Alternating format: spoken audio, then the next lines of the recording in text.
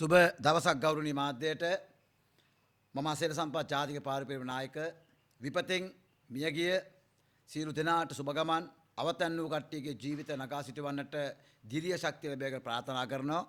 මාධ්‍යමේ ප්‍රධානම අරමුණ උනේ මේ කාලගුණ අනාවැකි අපි දකිනවා නිරන්තරයෙන් මේ ජනමාධ්‍ය මගින් ඒ කාලගුණ වෙනසක් වෙනවා නම් ඒ කාලගුණ දෙපාර්තමේන්තු අධ්‍යක්ෂ ජනරාල් අතුල කරුණානායක මහත්තයා කියන්නේ මේ අපි නිරන්තරයෙන් දකින රූපයක් මේ මාධ්‍යවල සහ FM නාලිකාවල සහ පුවත්පත්වල. එතකොට ඔවුන් මේ සම්බන්ධව මේ එන අනතුරු 100%ක් 160ක නිවැරදිතාවයේ ඔවුන් සනාථ කරනවා දෙරණ බිග් ෆෝකස් නාලිකාවේ සහ අනිකුත් නාලිකාවල. දැන් මෙතන ප්‍රශ්නේ තියෙන්නේ දෙරණ නාලිකාවනේ. හරිද? එතකොට මෙතන මේ ගැටලුවේදී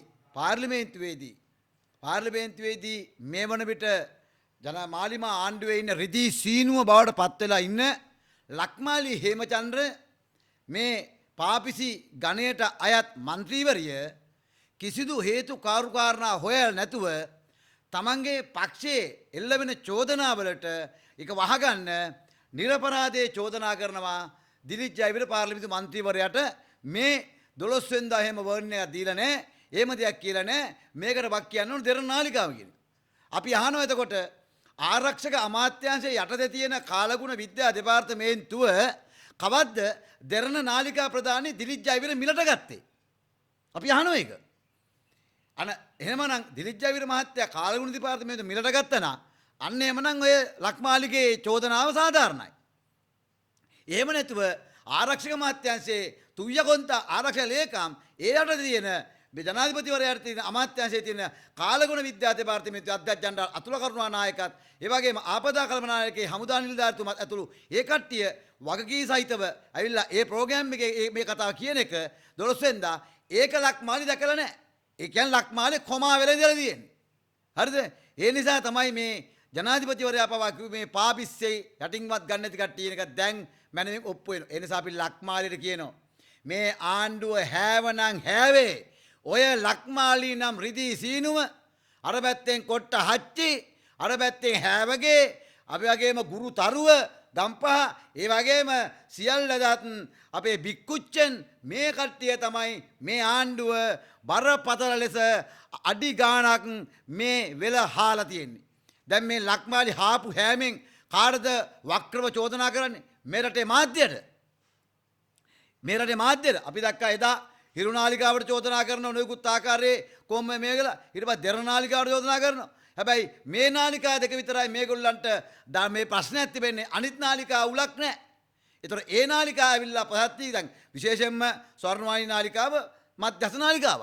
ඒතර අනිකුත් නාලිකා නම් ආණ්ඩුවල රෙද්දි නැතුව කඩ යනවා. අපි ඒක දන්නවා. කරන්න දෙයක් නැහැ මේ නාලිකාවල ප්‍රතිපත්ති වෙන්නේදී. හැබැයි අපි මේ කියන්නේ මේ කාලගුණ විද්‍යා දෙපාර්තමේන්තුව අතුල කරුණානායක මහත්තයා අද නිහඬ කළා එතුමගේ දැස් බැඳලා අපි අහනවා කාලගුණ විද්‍යා දෙපාර්තමේන්තුව මේ ආපදාවත් එක්ක නාය ගියාද ගංගතුලට ගහගෙන ගියාද අතුල කරුණානායකගේ මොකද එතුමා ඉන්න තත්ත්වෙන් එතුමා කොමා තත්ත්වර මේ අය පත් කරාද ඒ නිසා මේවට උත්තර දෙන්න මේවට උත්තර සහ ආණ්ඩුවේ විවේචන කරනකොට අපිට ගහනවා නිවන් සුව කියලා අපිට තර්ජනය කරනවා අපේ ඔළුවට මිලක් තීරණය කරලා තියෙන මේ වෙනකොට. හරිද? එතකොට මේගොල්ලන්ගේ ත්‍රාඩ කුරිරු මේ අදම මේ අප්පුහාමිලා බලයට ගෙන ආපු එකේ පාපය මේ රටේ 68 ලක්ෂය සම්පූර්ණවක් කියන්න ඕන. අද ඒකේ ප්‍රතිඵලය නේද? කාලගුණ විද්‍යා දෙපාර්තමේන්තුව ආරක්ෂා අමාත්‍යාංශයට තියෙන එක. ඒකේ වක්ක නිලධාරී කියලා කියනම නම් මේ කාලෙකට වැසි වැඩි වෙනවා මිලියන 150 ලක්ෂ වැඩි වෙනවා. මේවා මේ රටේ විද්‍යුත් සහ මුද්‍රිත මාධ්‍යවල කියනකොට මේ ඉන්න නෑම්බියෝ ටික මුළු ජංගේ ඉඳගෙන මේ දේවල් මොනවක් කරන්න නොදැන පාර්ලිමේන්තුව සාරියක් අදන් ගෑලා කියනවා කොහිද කිව්වේ කවුද කිව්වේ මේම කියන්නේ කියලා අර පාර්ලිමේන්තු මන්ත්‍රීවරයා චෝදනා කරනවා. එතුමාගේ නාලිකාව උනට එතුමා නෙමෙයිනේ වැඩසටහන් කරන්නේ. එහෙමනම් ඒ වැඩසටහන කරන්නව නම් ඒ වැඩසටහනට මොකටද කාලගුණ විද්‍යා දෙපාර්තමේන්තුව ආපදා කළමනායකය ඒ වගේම ගොඩනැගිලි මේ කරන ඒ කට්ටිය මොකටද ආවේ? දැන් මේ වීඩියෝ එක මාගා තියෙනවා. මේකේ මම පෙන්නන්නම්. ඒතකොට මේකේ පැහැදිලි ලෙසම මේ කියනවා කාලගුණ විද්‍යා දෙපාර්තමේන්තුවෙන් මේ ක්‍රියාවලිය මොකක්ද වෙන්නේ කියන එක. ඒතකොට මේක ලක්මාලි දැක්කේ නැත්තේ ලක්මාලි කොමා වෙලාද කියලා අපි අහනවා. අපි අහන ලක්මාලිගම ඔයා කොමා වෙලාද කියලා අපි අහනවා. මේක දැක්කේ නැති එක. මේ තියෙන්නේ ඒක. උදැසන 11ට බිග් ෆෝකස් වැඩසටහන විකාශය වන අතර කාලීන තොරතුරු හා තත්ත්වයන් එමගින් සාකච්ඡා කෙරෙනවා. එම වැඩසටහනට ඉකුත් නොවැම්බර් 12 වෙනිදා සහභාගී වූයේ කාලගුණ විද්‍යා දෙපාර්තමේන්තුවේ අධ්‍යක්ෂ ජනරාල් අතුල කරුණානායක, අපදා කළමනාකරණ මධ්‍යස්ථානයේ අධ්‍යක්ෂ ජනරාල් විශ්‍රාමික මේජර් ජනරාල් සම්පත් කොටුවේගොඩ සහ ජාතික ගොඩනැගිලි පර්යේෂණ ආයතනයේ නායම් පර්යේෂණ අංශයේ ජ්‍යෙෂ්ඨ භූවිද්‍යාඥ ආචාර්ය ඉමායා ආර්යරත්න යන අයයි. මේ පාපිසි නෙමෙයි. මේ නිදහස් අධ්‍යාපනයෙන් දැනුම අරගෙන ඒ ආයතන වලට මීට අවුරුදු ගානකට කලින් පත් වෙච්ච අය.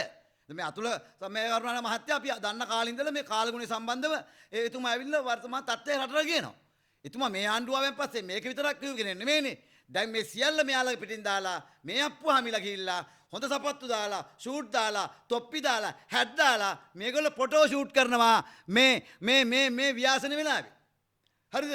මේගොල්ලෝ ඒ දේ කරන්නේ. අර කොට්ටාච්චින අතට අහුණු ඇඳුම් ටික අරගෙන තමයි අපි නුවරඑළිය ජනතාව බලන්න ආවේ කියලා. අතට අහුණු ඇඳුම් ටික හරි. අර ඔළුවේ දාපු තොප්පිය කොහමද අහුනේ? කොට්ටාච්චිගේ. අර තරුව ගහපු තොප්පිය කොහෙන්ද අහුනේ? කොට්ටාච්චිට. මුන් ඇවිල්ලා කියපු බොරු වලට මහා පොළොව පැයිලා තියෙන්නේ මෙන්න පලාගෙන ගිහිලා තියෙන්නේ. අර දලදා මාලිගාවේ කවුරුත් ඉල්ලපනේ දලදා ප්‍රදර්ශනයක් කළා. ඒ දලදා ප්‍රදර්ශනය සම්පූර්ණ විනාශ කළා. හරිද? කුණු කෙල පිටින් අසූචි පිටින් අපිරිසිදු වෙලා ඒ දලදා වදින කියපේ ප්‍රතිඵල තමයි අද මහනුවර දැඩි අලාභානි පාරවල් බැහැලා මෙන්න ලොකු වලවල් වතුර නෑ.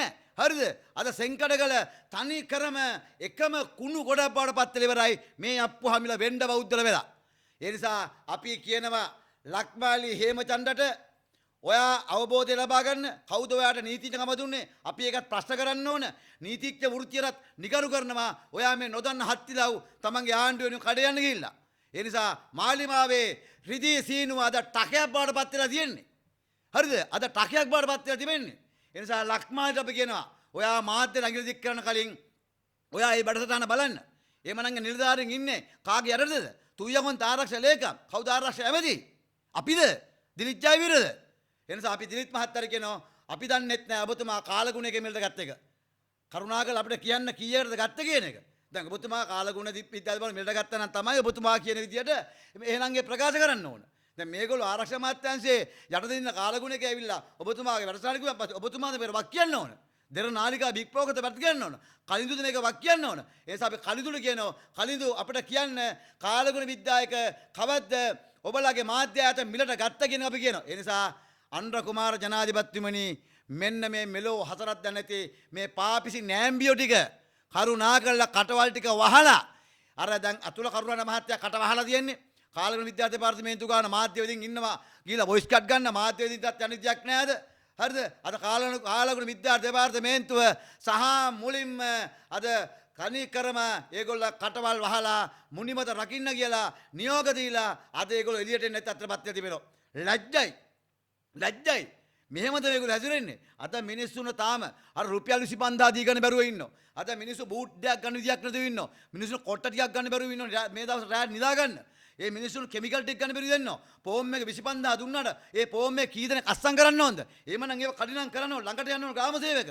ඒ කමිටුවේ කට්ටිය ගිහිල්ලා ගෙයින්ගල ගිහිල්ලා ඒ 25000 දෙන්න ඕන 5000 කොලපා පට ගාලා. එහෙම තමයි වැඩ වෙන්න ඕන. මොනවද මේ කරන කුණුවarp? පිටරට සල්ලි වුණ ඉන්න අප්පුවාම දාහෙන්න. හරිද? ආණ්ඩුවට ඒ සල්ලි වලින් දැන් බැරිද මේ දෙයක් කරන්න? හරිද? මේ දැන් මට නාගලගම් වීදිය ඒ වගේම වැල්ලම්පිටිය මේ සයිඩ් එක වතුරෙන් පිරලා මිනිස්සු කන්න කැම්ප් එකකට හරියට ගිහිල්ලා නැහැ. මොනවද ඔයගොල්ලෝ මේ සහන සේවා? හරිද? ඒ නිසා අපි මේ වෙලාවේ කියනවා මාධ්‍ය මර්ධනය කරන්න හදන්න එපා. ඒකට තමයි වටකලත් එදා ආවේ. අපේ වටකලගේ ප්‍රකාශය අන්න ආනන්ද විජේපාල කියනවා හදිසි නීතිය සමාජාලා මර්ධනය හදා යොදා ගන්න නැහැ කියන එක. අපි පැහැදිලිව කිව්වා අපි බය නැහැ කියන එක. ඒ නිසා තමයි ඔයගොල්ලන්ට මේ කියන්න වෙලා තියෙන්නේ. ඒ නිසා මේ වෙලාවේ අපි ලක්මාලි ඇතුළු ඔය ඉන්න නෑම්බියන්ට පාර්ලිමේන්තුවේ අපි කියන බල කටවහන් ඉදහල්ලා අනුර කුමාරට පුළුවන් ආකාරයට මේ වැඩේ කරන්න යන දීපල්ලා බල තවදුරටත් බලාගේ ඔය ටකේ ඇරියොත් වෙන්නේ මොකුත් මේ බලටම තමයි පාඩුව කියන එක මම මතක් කරනවා. ඒ නිසා දරන බිග් ෆෝකස් වලට මේ රටේ අපි එදා ඉඳන් අපි අපේ හඬටත් ඉඩක් දීපු තනක් බිග් ෆෝකස්. ඒ නිසා අපි මේ රටේ මාධ්‍යයට කවුරු අත තිබ්බත් අපි මේ පෙනී ඉන්නවා. හරිද? ඒ නිසා අපි මේ වෙලාවේ දෙර්ණ නාලිකාවට යම් ආකාරයේ චෝදනාවක් කරනවා. අපි ඒ චෝදනාව අපේ ඉස්සෙමන ඕකේ අනිත්‍ය තමයි පාරන්නේ හිරුවකට. ඊට පස්සේ තමයි ඉන්නේ ස්වර්ණමහානියට. අනිත් නාලිකාට අවුලක් නැහැ. ඒවා මේගොල්ලොත් එක්ක සම්බන්ධතාව දිනින්ද. ඒ නිසා මේ වැඩේ අපි තරේ හෙලා දකින්න වගේ මේ අවස්ථාව මතක් කරනවා.